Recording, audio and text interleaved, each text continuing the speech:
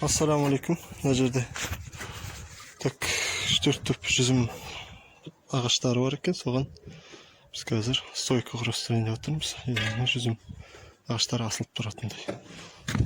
6 метрге 4 стойка болады. Төртеуін тесіктерін қазып жатырмыз. Және стойкілер 50 сантиметр бетонда қалады. 2,5 метр биіктігі болады. Және 45 градусқа бұрылған түрі бар стойкілер бар. Енді қазір осыны бетондаймыз. Сосын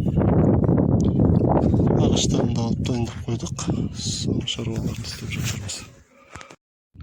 Стойкілері қойылды. Айтқандай 4 стойка. Енді ағаштарын тартып. Тағы айтып кететінім, мына шекесіне 40-20 мм профиль тұрба жібереміз. Содан барып стойкаға 6 ағаш жаямыз. Осынша жүзімге ілгіш фонарис болады қалай ғой. Сондай шаруа. Ағаштардың арасы 20-60 40